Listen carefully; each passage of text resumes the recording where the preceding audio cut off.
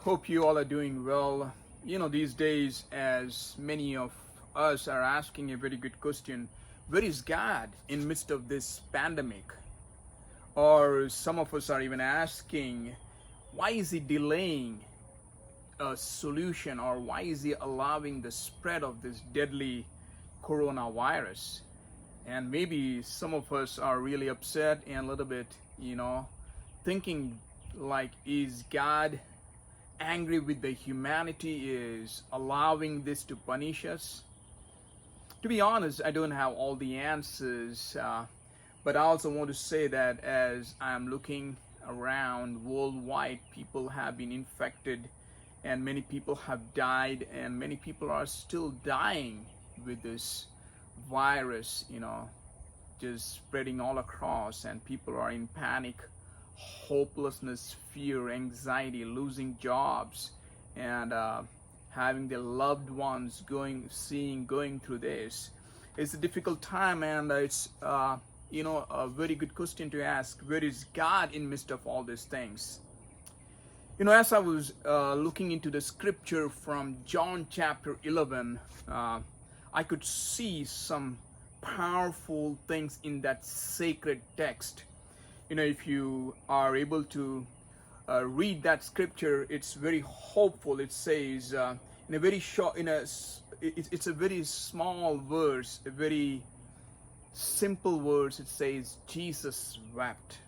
The background of the story is Jesus was close and very connected with a family in a place called Bethany, and the name of the man was Lazarus, and his two sisters, Mary and Martha. Oftentimes he would go and visit this home, but Lazarus became sick, and Jesus was informed, but he didn't come on time, but he died.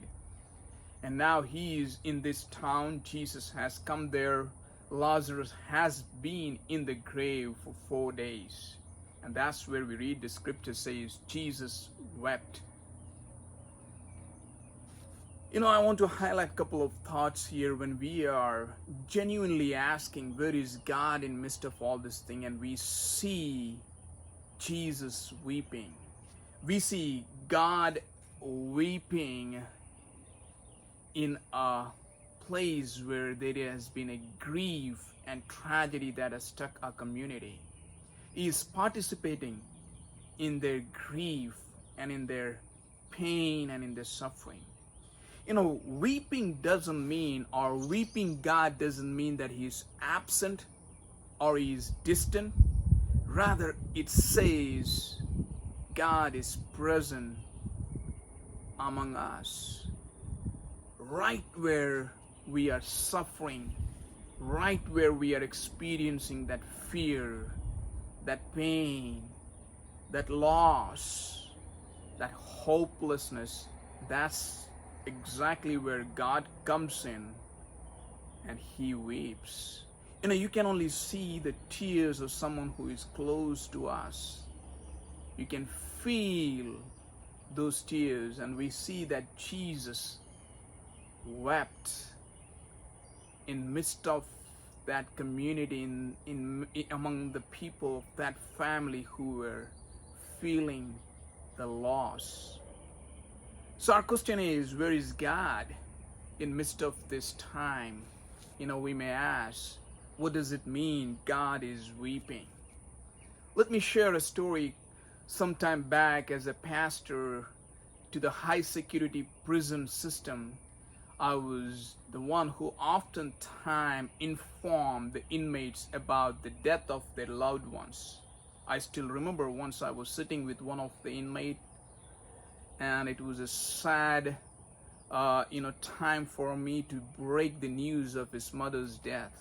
Oftentimes some of those prisoners, inmates come in, those macho guys, do just take whatever you throw at them, any kind of tragic news doesn't affect them, and they might, but they don't show it. But this man just wept bitterly.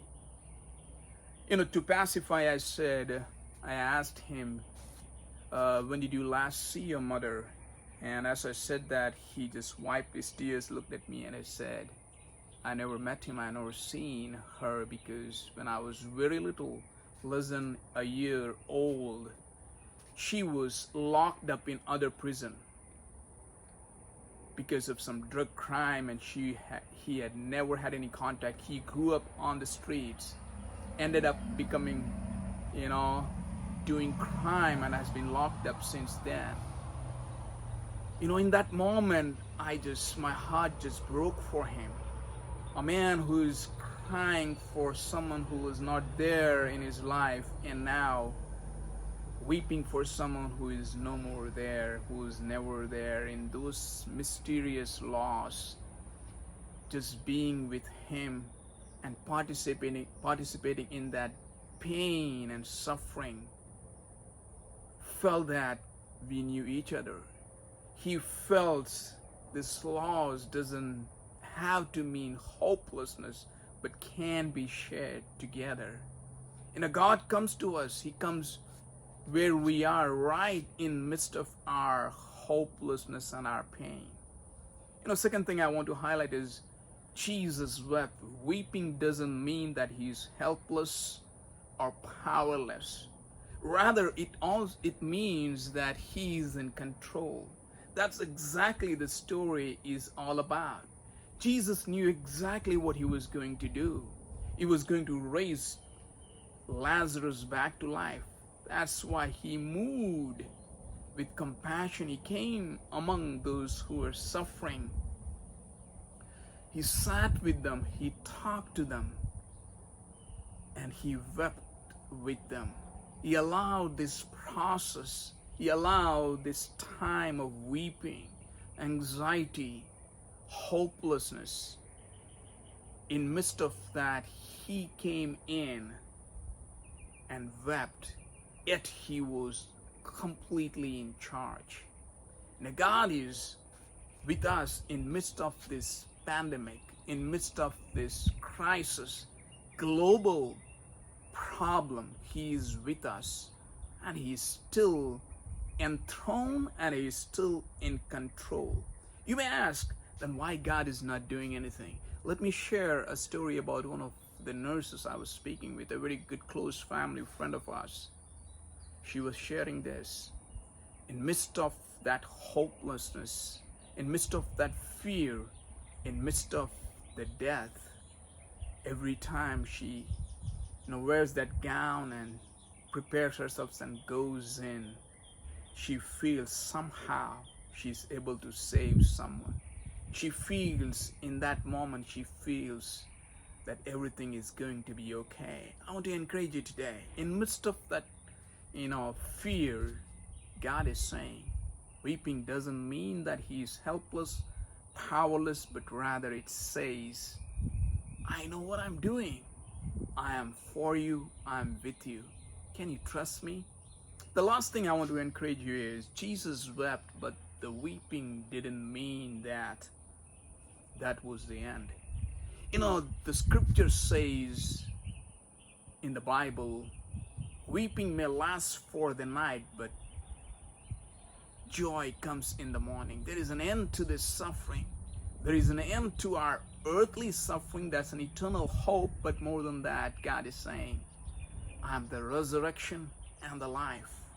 Anyone who believes in me, even though they die, there is a hope. But here and now, right now, in this story, Jesus was saying, yes, there is a moment of weeping, but we see later Lazarus is alive.